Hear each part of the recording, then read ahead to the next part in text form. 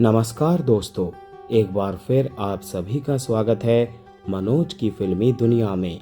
Actor आशीष विद्यार्थी ने हाल ही में शम्मी कपूर और राजेश खन्ना को लेकर बात की।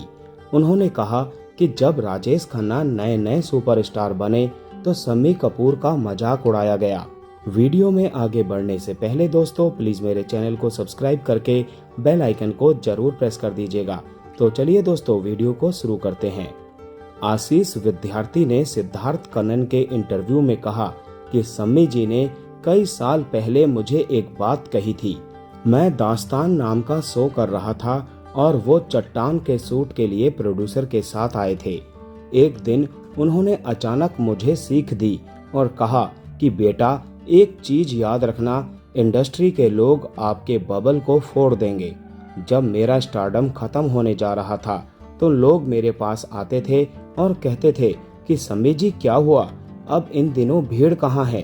तो मैं उन्हें कहता था कि अब भीड़ आशीर्वाद के बाहर है, यानी राजेश खन्ना के बंगले के बाहर है। आशीष विद्यार्थी ने आगे कहा कि शम्मी जी की ये बात मेरे जहन में हमेशा के लिए रह गई। उन्होंने कहा कि उनके कहने का मतलब था कि लोग तुम्हें छोड़ देंगे। जो लोग अभी तुम्हारे साथ हैं और हाइप बना रहे हैं वो एक दिन चले जाएंगे और तुम अकेले रह जाओगे। ये आपकी किस्मत होगी जो आपको सक्सेस दिलाएगी, इसीलिए जरूरी है कि आप उस मोमेंट का एंजॉय करो।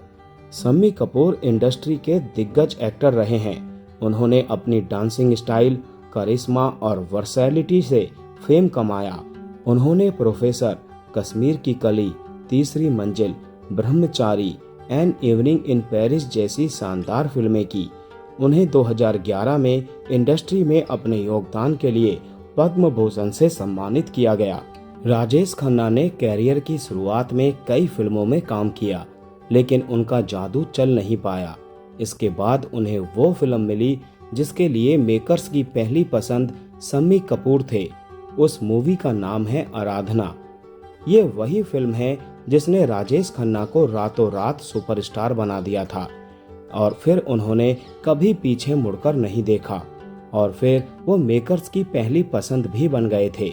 आराधना के बाद राजेश खन्ना की एक साल में 7 फिल्में रिलीज हुई और सातों ही सुपर हिट साबित हुई। आराधना फिल्म मूल रूप से शम्मी कपूर के लिए लिखी गई थी। डायरेक्टर शक्ति सामंत ने शम्मी को कास्ट करने का मन बना लिया था, लेकिन उस वक्त एक ऐसा हादसा हुआ जिससे शम्मी कपूर बुरी तरह टूट गए थे। दरअसल उनकी पत्नी गीता बाली का निधन हो गया था, जिसकी वजह से उन्हें बहुत गहरा सदमा लग गया था और वो इस घटना से उबर नहीं पा रहे थे। इसके बाद शम्मी कपूर के साथ शक्ति सामंत का यह प्रोजेक्ट अधर में लटक गया, लेकिन इसके बाद एक और पेंच फंसा जिसकी वजह से शक्ति सामंत ने इस फिल्म के आइडिया को रद्द करने का मन बना लिया।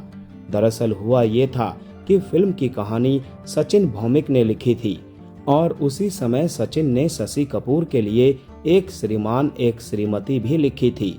अब पेंच ये फंस गया कि दोनों फिल्मों का क्लाइमैक्स बिल्कुल एक जैसा था। बताया जाता है कि जब इसकी जानकारी शक्ति सामंत को हुई तो उन्होंने अपनी फिल्म को रद्द करने का फैसला कर लिया। उसके बाद गुलशन नंदा और मधुसूदन कलेलकर ने मिलकर शक्ति सामंत को इस मुश्किल से बाहर निकाला था।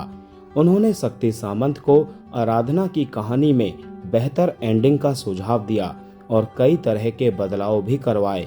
इसके बाद शक्ति सामंत ने यंग एक्टर राजेश खन्ना को चुना, जो उस वक्त बहारों के सपने और आखिरी खत और राज में काम कर चुके थे, लेकिन ये फिल्में कुछ खास कमाल नहीं दिखा पाई थी। जैसे ही आराधना रिलीज हुई तो बॉक्स ऑफिस पर ये छा गई और उस वक्त ये मूवी सबसे बड़ी हिट साबित हुई।